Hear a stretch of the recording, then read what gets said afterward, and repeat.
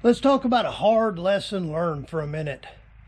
I briefly mentioned a septic system I had installed for the camper, and it was a miserable fail before I even got off the ground and got the camper over here. So let's talk about that for a minute. What we've got here was my attempt at a septic system for the camper. And I know some of you watching this who know better are gonna laugh, be like, that dude's an idiot. Well, you know what, I had to try, so fully on you. Excuse me. But what happened is we had a deluge of rain. I did not have these tanks filled with water, and it just basically, the mud collapsed the sides and the tops of this thing. Had I put some roofing metal in the sides like I wanted to, it probably would have avoided this, but I did not. I chose to use these because they were cheap and I could handle them easily. And this was only meant to be a temporary system anyway, for a year and a half, something like that. Definitely not long term. So I thought, well, this should work. I watched some old boys on YouTube, of course, and they installed them successfully, but I never could find any after videos of when this stuff had been in use for a while. There could be a reason for that. I know what you're thinking. So we're going to pull these guys out. They're full of water right now. I've accessed the plugs on top. We're going to pull the water out. But we'll get these guys drained out, get them out of the ground, get that place dry, and we'll probably wind up building or pouring some sort of masonry box. Either pour them on walls or get a bunch of used brick and build one. Now, I have built one out of brick in the past, and it lasted a long time, and still in use to this day. So we'll choose our poison a little later on. Well, my pitiful attempt at a septic system has been removed. Now we got to suck all this water out. I hope I didn't disturb a spring under the ground or something, because that's an awful lot of water. We're back here today working on our septic tank. You can see there, it's filled back up with water, the hole I had dug. So I've got a spring under there that I've hit, which I kind of suspected. Water everywhere around here. But before we get started on some other solution for a septic tank, we got to put some gutters on this roof here. All the water was running off of there and beating down on top of where the old IBC totes were, and that led to a lot of its collapse, is that massive introduction of water, especially with all the big rains we've had thus far this year. So we're going to put some gutters on there today, eliminate that problem, and then we'll see where we can go with some other type of septic tank device.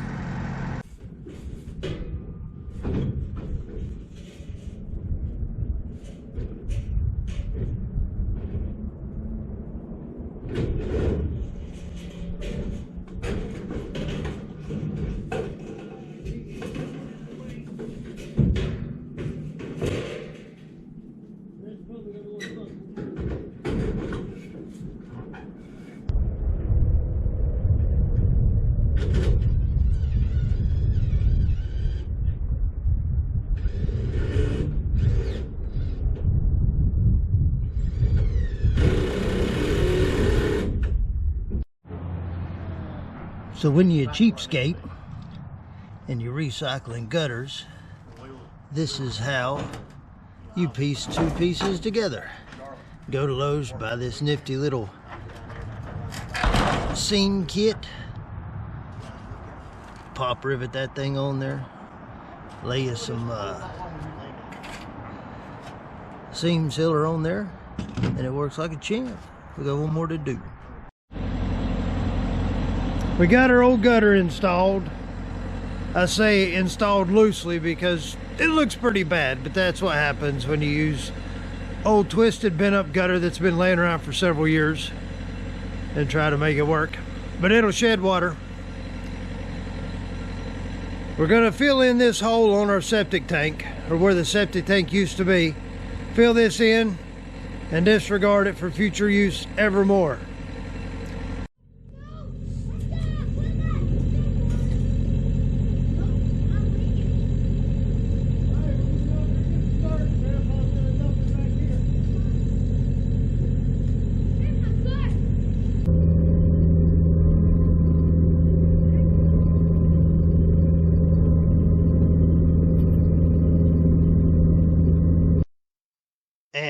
off to get dirt from behind Dad's house. The old landslide video you can look back at.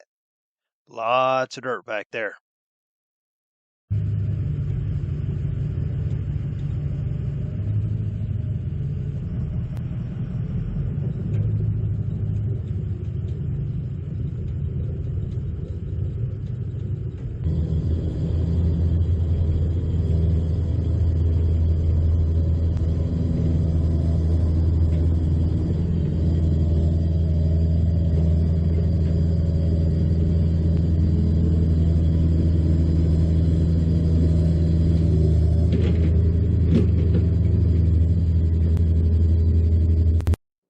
In one of our previous videos where we talked about the cistern and loading it on the truck, you can see that big old camper we got in the background. Big old fifth wheel. It's awful nice. And it's under a shelter there at our old house. And that's what we're going to be living in for a while. So we needed to build a large carport to house that thing under. Now I needed the carport to be about 15 feet tall, just due to the slides coming out and have adequate clearance when we back that thing in so it wasn't tough. So I got one 16 feet tall, put it up, had a close call or two, climbing on something that high, that rickety. But in the end, it went up just fine, and it's going to work out really well. So here we are with a carport build. We assembled the uprights